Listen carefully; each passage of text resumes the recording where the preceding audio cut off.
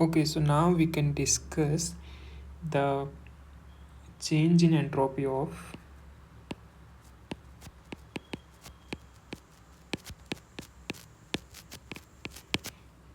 an ideal gas. Okay, so it means that suppose I am having a container in which ideal gas is filled up. Okay, so now this gas goes under a thermodynamic process, and initially it has volume and temperature like this, and after a thermodynamic process, that process can be anything, we don't know, but what happens that its thermodynamic state gets changed from PiViTi to PFVFTF. ठीक है, thermodynamic process.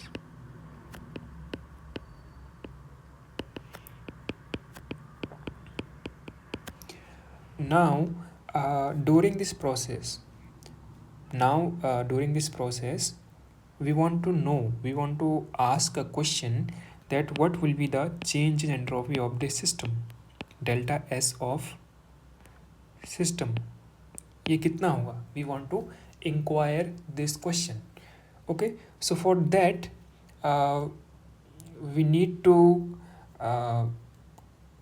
derive some expression, and when the processes are, these thermodynamic processes are very specific, maybe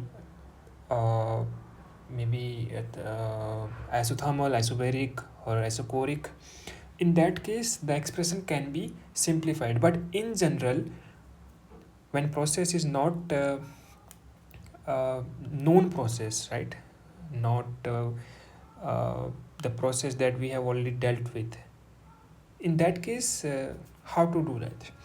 Okay, so we will start from the formula for change in entropy, that is dq by t, right, from initial position to final position.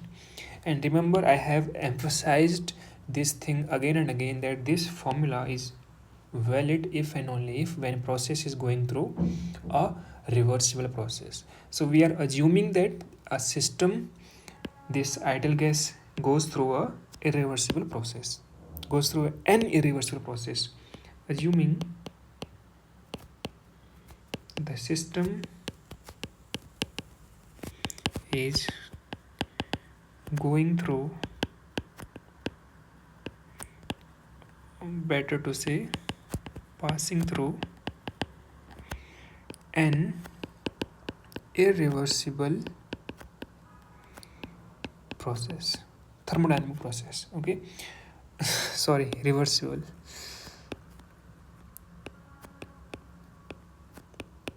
Reversible process, then only we can use this expression for entropy, change in entropy again. Now according to the first law, you can replace this dq by this thing du plus pdv by t, initial state to final state. And remember, we are using the ideal gas. Okay, so we can use the results for the ideal gas.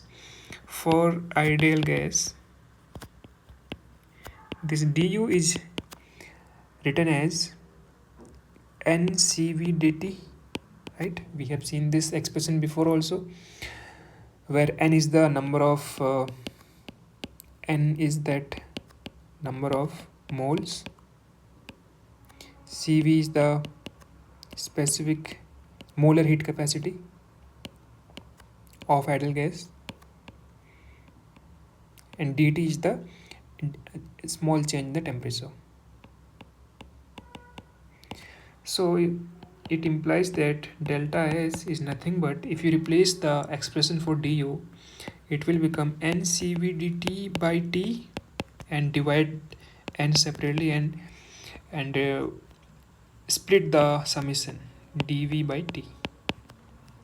Okay, So if you see the first expression, in this first expression, n is constant, cv is constant, so you can do the integration with respect to t.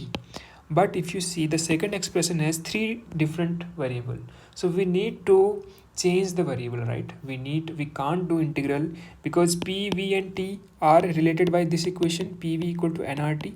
So it means that only uh, two two of these variables are independent. Okay, because three variables है और one equation से one constraint है, तो 3 minus 1 is 2, two independent variables are there.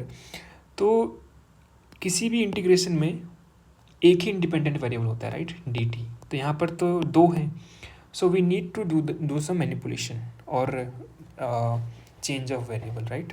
So as of now we can write is as it is here.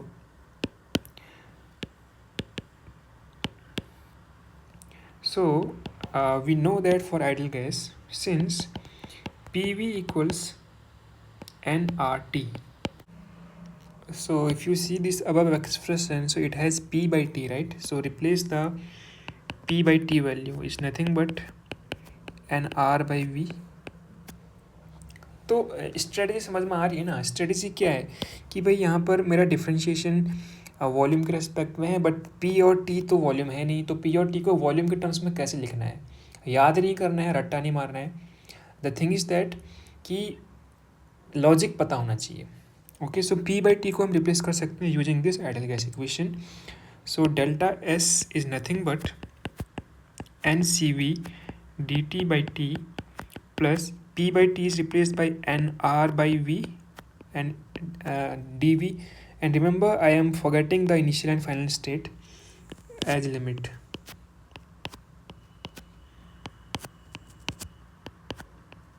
So you can keep track of the limits as well.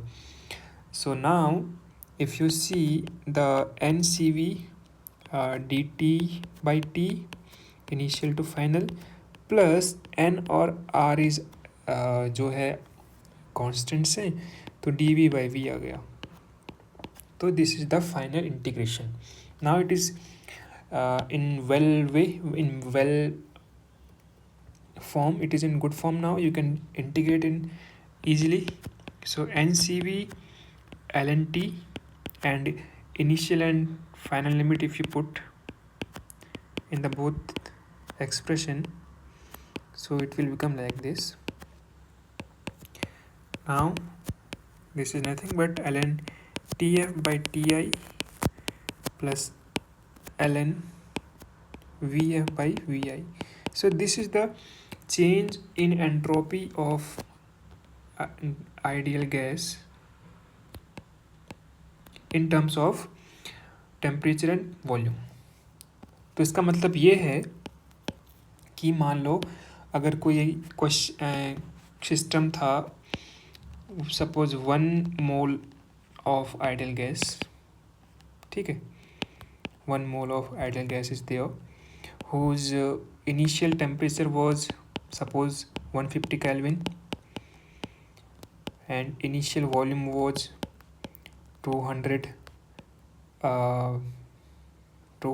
cc, right, centimeter cube. And this ideal gas has gone through a process in which the final temperature has become suppose 300 Kelvin, final volume has become 500 cc, and of course number of moles are fixed, 1 mole of gas. So now if someone asks you what is the change in entropy of the gas, ideal gas, so you can use this formula, right, because you know the initial variables, initial state in terms of temperature and volume, and final states in terms of volume and temperature, है ना. जब V और T RHS में है तो तब तुम ये फॉर्मूला यूज कर सकते हो. बट अगर इसके जगह पे अगर तुम्हें प्रेशर पता होता, in that case how will you use the formula for change in entropy? So that is the next case. So the first case was change this is so we can write here, this is the change in entropy of ideal gas in terms of volume and temperature, or mathematically you can write it delta S as a function of V and T. Okay so इसको हम यहाँ पर भी लिख सकते हैं in this way ना, जो ये एक्सप्रेशन बना हुआ है डेल्टा इसका,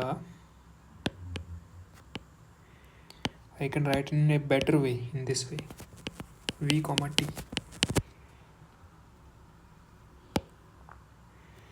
Fine. So this is the way.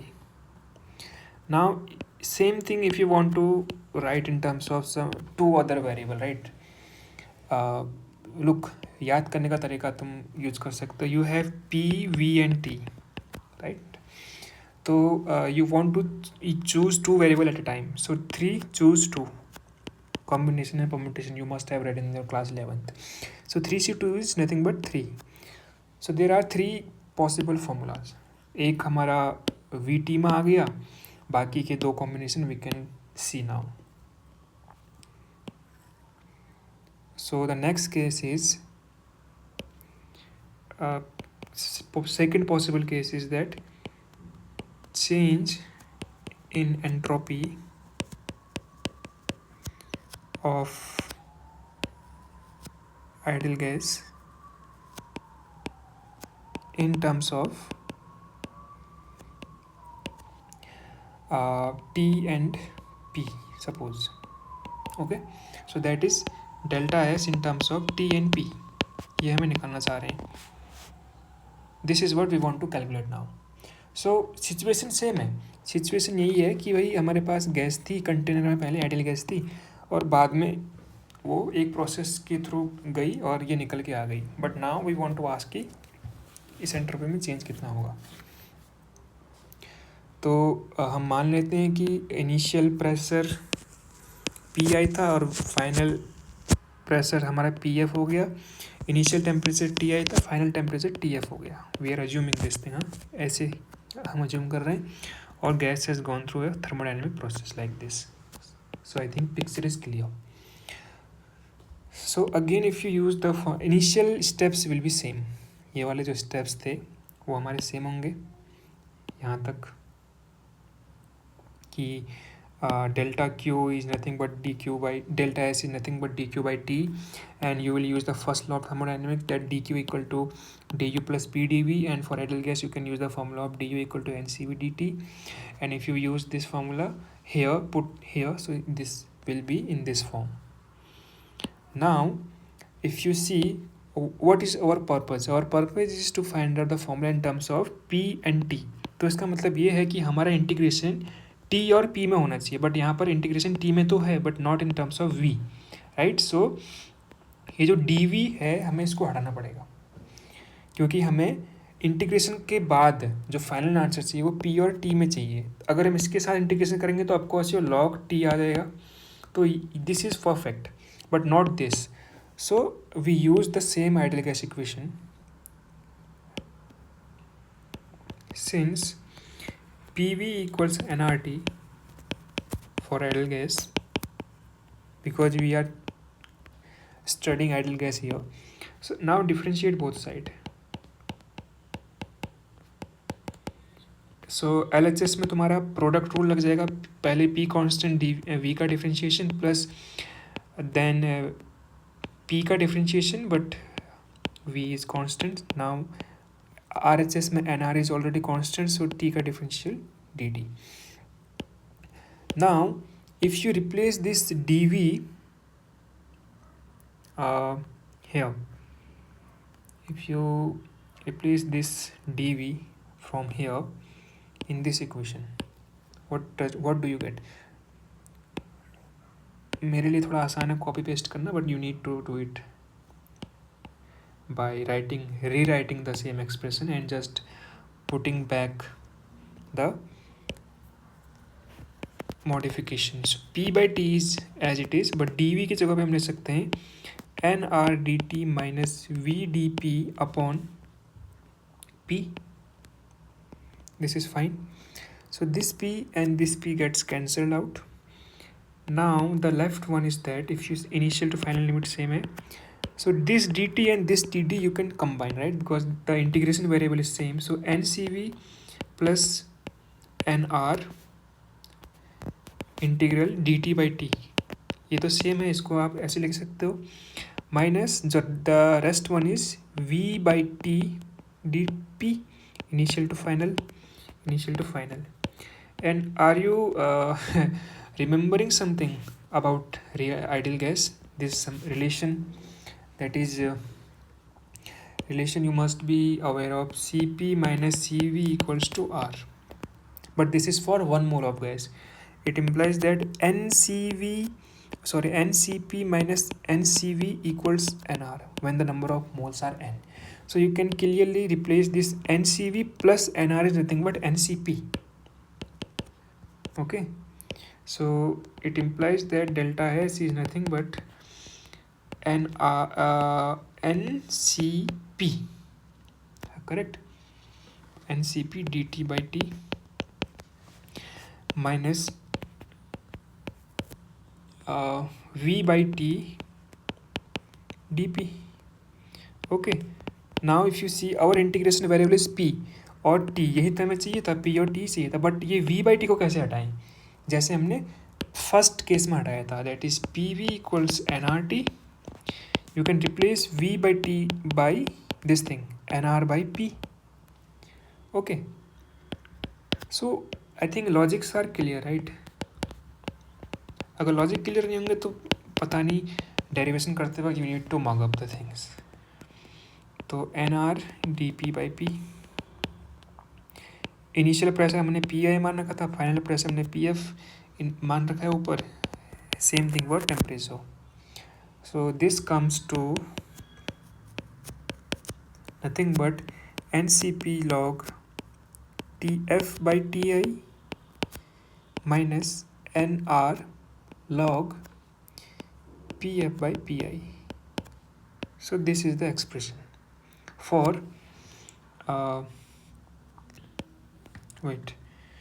this is the expression for change of entropy of ideal gas in terms of pressure and temperature. और better to write, इसको हमें ऐसे लिखना चाहिए, ऊपर मैंने गलती कर दी एक, क्योंकि जो अभी यहाँ पर फंक्शन है वो इस चीज़ का फंक्शन है, पी एफ पी आई, और better to write P F T F P I T I, ऐसे लिखना चाहिए था टू बी प्रिसाइज, क्योंकि ये एक फिक्स्ड वैल्यूज है ना, पी एफ एक फिक्स नंबर है, पी आई एक फिक्स नंबर है, ऐसे ही करके ऊपर भी हमें वैसे लिखना चाहिए. That is the good way to write the things here. Ideal gas नहीं लिखते हैं क्योंकि ideal gas is already implicit, हमने पहले ही हेडिंग ही आइडल गैस की लिख रखी है, तो we don't need to repeat the same thing. So T F V F dash semicolon T I V I. This is a good way to write it down. Now हमारा बचा last P, the change in entropy in terms of P and V, right? Last one. So maybe now you P and V, starting के 2-3 steps तो same ही थे, using the first law and changing the value of internal energy for ideal gas. Sorry.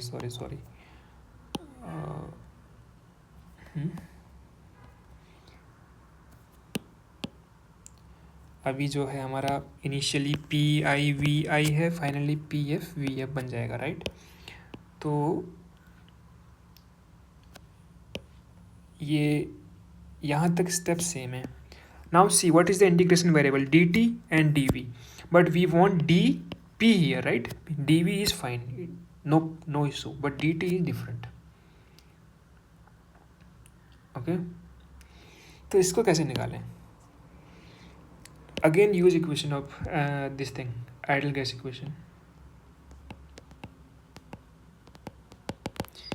PV equal to nr dt if you same thing, differentiate the both side, you will get PdV plus VdP equal to NR dt, right? You want to replace this dt, तो dt का expression क्या आएगा? dt is nothing but 1/nr times this thing. Okay, or if you replace now this dt here, what do you get? Initial to final state ncv and D T by T है bye the वे. सो अगर हम D T की जगह पर ये डालें and divide में T भी है, तो इसको ये क्या बन जाएगा हमारा? एन आर टी बन जाएगा. ठीक है, एन आर टी बन जाएगा. तो ये पहला टर्म हो गया ऊपर. दूसरा टर्म डी वी है, बट यहाँ पर इनको चेंज करना पड़ेगा, पी बाई टी को चेंज करना पड़ेगा. पी बाई टी को यहाँ से चेंज करोगे तो क्या आएगा? Sorry, this is N R T not D T. अगर तुम p बाई टी को यहाँ से चेंज करोगे तो क्या आएगा? N R by V. तो ये डी वी बाई वी बन जाएगा, initial to final. Okay, so ये डी वी का इंटीग्रल और ये डी वी का इंटीग्रल को एक साथ लाओ. और उससे पहले you can do this thing also, right? Because this N R T जो है ना आपका, ये एन आर टी, इसको आप पी वी लिख सकते हो, because this equation is correct. Using this equation you can write nRT as PV. So this becomes NCV by PV and PdV plus VdP. Fine. And you can copy the same thing down. Now integration is with respect to dV and dP. That is what we wanted. So dV वालों को साथ ले आओ. तो N C V by P V, okay, N C V by P V P D V plus N R D V by V, इनको साथ ले आए मैं. और बाकी जो डी पी वाला था उसको अलग कर दिया. Okay, initial to final, initial to final. तो there are calculations, cancellations, P और पी कैंसिल आउट हो जाएगा. तो N C V plus N R, ये बाहर common out, so D V by V plus V और वी कैंसिल हो रहा है, तो एन सी वी बाहर and D P by P. So you can put the limits now. It becomes N C V plus N R. Using the same equation of Cp minus Cv equals R, you can write this as NCP. You can check out, and the integration becomes Vf by Vi plus NCV log Pf by Pi. So this is nothing but the change in entropy of an ideal gas when it goes from initial volume to initial pressure and volume to final pressure and volume. I mean when you know these values.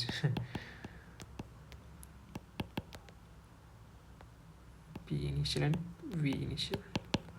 Okay, so I think these things are clear. There is no complications are there. So सीखने को क्या मिला? सीखने को ये मिला कि भाई अगर मुझे इनिशियल वेरिएबल्स पता हैं, थर्मोडायनेमिक कोई भी दो इनिशियल थर्मोडायनेमिक्स वेरिएबल पता है मुझे आइडियल गैस के लिए, और फाइनल वेरिएबल्स पता हैं कि सिस्टम यहाँ पर था, और अगर मैं इसको इंडिकेटर डायग्राम में बनाऊँ, मेरी आइडियल गैस यहाँ पर थी, उसकी इनिशियल स्टेट यहाँ पर थी, and it undergoes to a thermodynamic process, और वो यहाँ तक पहुँच गई, और मुझे यहाँ के इन स्टेट्स के वेरिएबल्स की वैल्यू पता है, यहाँ के स्टेट के वेरिएबल की वैल्यूज पता है. तो I can tell you what will be the change in entropy of the ideal gas, not the universe, right? Ideal gas की एंट्रोपी बता सकता हूँ मैं कितनी चेंज हुई. ध्यान रखना, यूनिवर्स की नहीं, only for ideal gas change in entropy of the ideal gas. So it, अगर हम एक, क्योंकि आइडियल गैस सिस्टम है ना, तो सिस्टम की एंट्रोपी बढ़ भी सकती है, घट भी सकती है. तो you don't have to confuse कि यार यहाँ पर आंसर नेगेटिव क्यों आ रहा है. Okay, so these are the things. और यहाँ पर तुम एक इंटरेस्टिंग चीज़ निकाल सकते हो कि भाई मान लो अगर देखो, अगर मैं तीनों ही फॉर्मूले को अगर मैं एक जगह पे कलेक्ट करूँ, पहला वाला यहाँ पे कलेक्ट करता हूँ, मतलब तीनों फॉर्मूले, तीनों रिजल्ट्स को एक जगह पे कलेक्ट करो, मान लो पहला ये है, दूसरा ये है, मतलब ऑर्डरिंग तो मैंने अपने हिसाब से कर रखी है, numbering sorry. So you can call any one to 1, any one to 2, you are free to choose the numbering. तो ये तीन जो रिजल्ट्स आ रखे हैं, ये these results are generalize result, right. तो नाउ अगर मैं बोलूँ कि ऐसी प्रोसेस जिसमें सिस्टम का टेम्परेचर कांस्टेंट है, आइडल गैस का टेम्परेचर कांस्टेंट है, और वो किसी प्रोसेस, और वो ऐसे प्रोसेस से निकल रही है, गुजर रही है, तो एंट्रोपी में चेंज क्या आएगा? तो ऑफ कोर्स उस केस में, मतलब मैं कहने का चाह रहा हूँ कि system undergoes a isothermal process. तो आइसोथर्मल प्रोसेस में डेल्टा टी जीरो हो जाएगा, तो यानी कि T initial equal to T final. तो यानी कि जहाँ इन दो फॉर्मूलों को अगर तुम देखो, तो टी इनिशियल और टी फाइनल जब बराबर हो गए तो ये तो कैंसिल आउट हो जाएंगे। So L N T F by T I will become L N one, because दोनों चीज़ कैंसिल हो गई तो 1 बन जाएगा, और एल एन वन कितना होता है 0। तो ये वाला टर्म वैनिश हो जाएगा, सिमिलरली ये वाला टर्म वैनिश हो जाएगा। तो ये मेरा आंसर आएगा। और हमने पहले भी आइसोथर्मल प्रोसेस के लिए निकाल रखे हैं change in entropy, so you can see that this should match दियो, क्योंकि ये हमने जनरल रिजल्ट निकाल रखे हैं। General result should match with the particular or some specific results, right? Similarly, if you see for the isobaric process, suppose ideal gas undergoes an isobaric process, तो उस case में ये जीरो हो जाएगा और ये जीरो हो जाएगा, तो ये दो आंसर बनेंगे। And same goes for the isochoric process, right. तो इस तरीके से तुम मैचिंग कर सकते हो कि हाँ भाई मेरे रिजल्ट सही आ रहे हैं कि नहीं आ रहे करके। तो I hope these derivations are clear to you. इससे थोड़ा बहुत तुम मैथ सीख गए होगे कि कैसे कैसे हमें इंटीग्रेशन वेरिएबल्स को चेंज करना होता है एंड बाकी सब चीज़ें। तो इसके बाद मैं एक फाइनल एक एंट्रोपी को एंट्रोपी चैप्टर को ख़त्म करने से पहले मैं एक छोटा सा रिवीजन टाइप करना चाहूँगा, सारी चीज़ों को रिकलेक्ट करके एंट्रोपी के बारे में थोड़ा बहुत चीज़ें समझाना चाह रहा हूँ। तो लेट्स डू इट नाउ, ठीक है।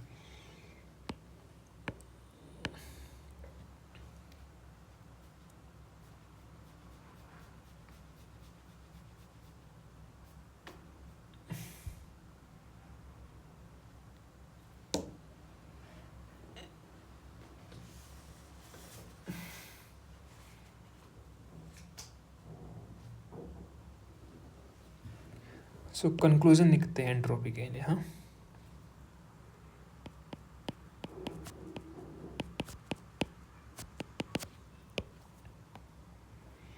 First, entropy of a system is defined only for equilibrium states। ये चीज़ हमने इंटरनल एनर्जी में देखी थी, अगर तुझे याद होगा तो जब जब सिस्टम, अगर सिस्टम इक्विलिब्रियम स्टेट में नहीं है तो यू कांट से कि व्हाट इज एंट्रोपी, ठीक है। एंट्रोपी को कैलकुलेट करने के लिए सिस्टम को इक्विलिब्रियम में होना पड़ेगा। सेकंड थिंग, जो हमने फॉर्मूला निकाल रखा था, this delta S is equal to delta Q by T from state initial state to final state, and it was nothing but S final minus S initial, ठीक है। सो दिस फॉर्मूला, ये हमने ऊपर भी अभी डेरिवेशन में use किया है। This equation is valid for reversible process only.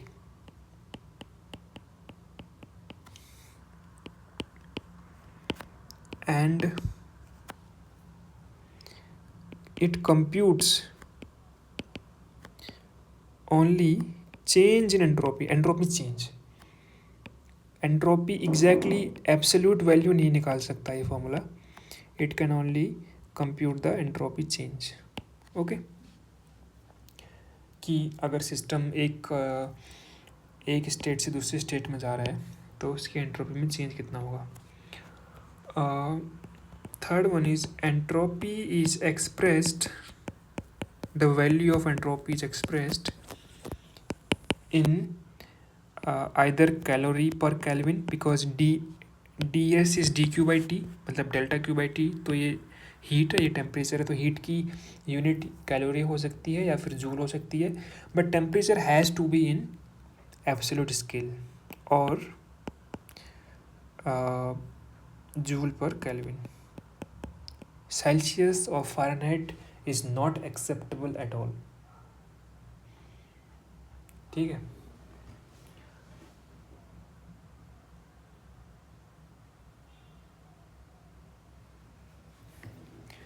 Fourth one is that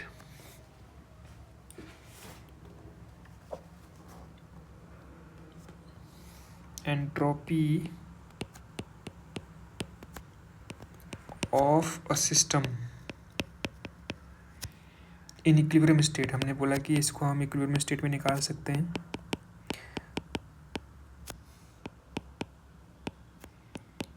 Is a function of the state of the system.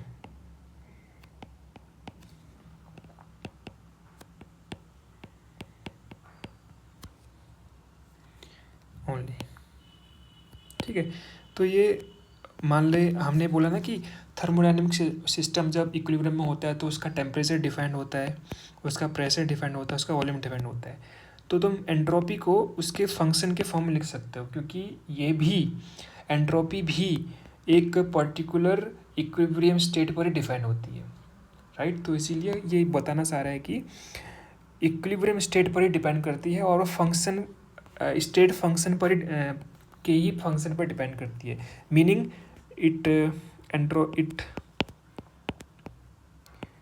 does not that is it does not depend on its past history कि कैसे ये system उस equilibrium position पे पहुंचा. ये state मतलब ये पूरा कहना चाह रहा है कि स्टेट फंक्शन है. स्टेट फंक्शन है तो स्टेट वेरिएबल पे डिपेंड करेगा, प्रेशर, वॉल्यूम एंड टेम्परेचर पे. ये कहना चाह रहा है, right. And by the way T, P and V में से दो ही वेरिएबल इंडिपेंडेंट है, तो you can just choose any two variable, T P और पी वी, जैसे हमने पीछे देखा, right. Next is that entropy is an extensive property of a system.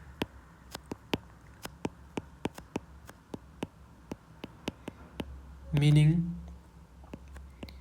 it is proportional to mass, its mass of the system. अगर उसका मास तुम बढ़ा दोगे तो एंट्रोपी बढ़ जाएगी उसी प्रोपोर्शनल में. और number of moles,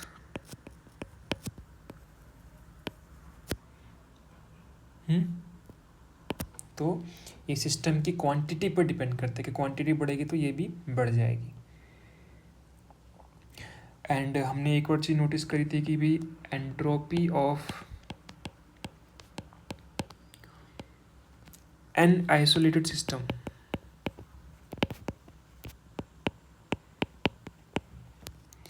entropy of an isolated system increases in every natural process. क्योंकि every natural process is irreversible process.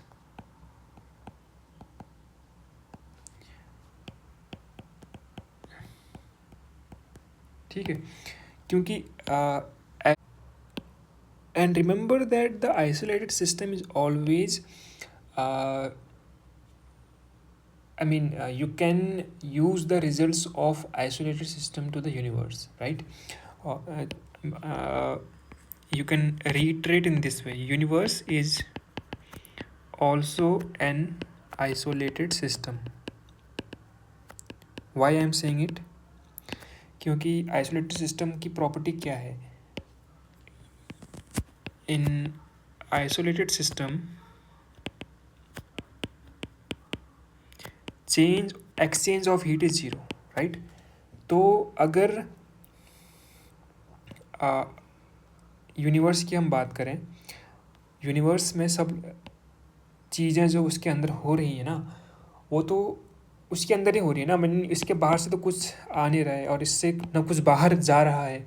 तो इसीलिए ये जो हम एक आइसोलेटेड सिस्टम पढ़ते थे कि मान लो कोई एक कंटेनर है जिसकी walls rigid and adiabatic walls हैं, जिसके बाहर ना ही कोई हीट जिसके थ्रू हीट का एक्सचेंज इम्पॉसिबल है। तो इसमें और यूनिवर्स में कुछ फ़र्क नहीं है। देख, तो यूनिवर्स में भी ना कुछ अंदर से बाहर जा सकता है, ना बाहर से अंदर कुछ आ सकता है। तो इसीलिए these two things are equivalent, मतलब दोनों के रिजल्ट्स आपस में काम करेंगे, एक का रिजल्ट दूसरे में तो यूज़ कर सकता है। तो यानी कि जो entropy of an isolated system increase जो हमने बोला, तो हमने पहले भी पढ़ा हुआ था कि भाई यूनिवर्स की भी एंट्रोपी हमेशा इंक्रीज होती है इरिवर्सिबल प्रोसेस में। तो यहाँ पर भी हम सेम चीज़ बोल रहे हैं कि भाई आइसोलेटेड सिस्टम में भी आइसोलेटेड सिस्टम में भी एंट्रोपी इंक्रीज होती है, क्योंकि हमने देखा था ना कि delta S is greater than equal to integral D Q by T. और ये जो ग्रेटर का साइन था, ग्रेटर देन इक्वल टू का साइन, सॉरी ग्रेटर देन का जो साइन था वो इरिवर्सिबल के लिए था। और अगर ये जीरो है इस केस में, आइसोलेटेड सिस्टम के केस में, तो of course delta S is greater than zero. Change is greater than zero का मतलब चीज़ इंक्रीज हो रही है, right? So I think this is all about entropy. But इसके बाद हम नेक्स्ट लेक्चर में न्यूमेरिकल्स करेंगे, और न्यूमेरिकल्स जस्ट करेंगे ही नहीं, उनका इंटरप्रिटेशन देखेंगे और देखेंगे कि यार रिवर्सिबल प्रोसेस और अगर इरिवर्सिबल प्रोसेस में एंट्रोपी का चेंज सेम हो रहा है, अगर दोनों एंड पॉइंट सेम हैं, तो फ़र्क क्या है फिर?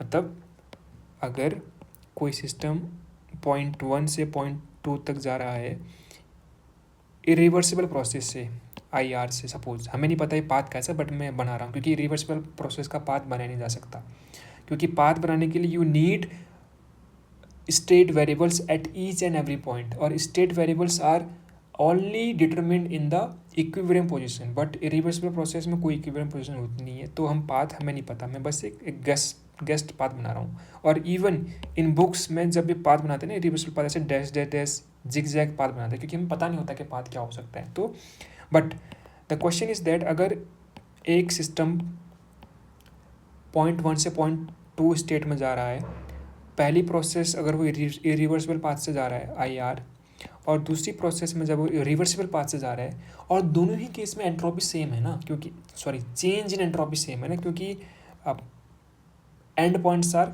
Common in the both processes. But फ़र्क क्या है फिर इससे जाने में और इससे जाने में? फ़र्क क्या है, कहाँ पर डिफरेंस आएगा, वो हम न्यूमेरिकल के थ्रू टैकल करेंगे। और वहीं से ही जो कॉन्सेप्ट आता है that is the unavailable energy का कॉन्सेप्ट वहाँ से निकल के आता है। We will see in the next lecture, that is very interesting to look at that point. Okay, bye.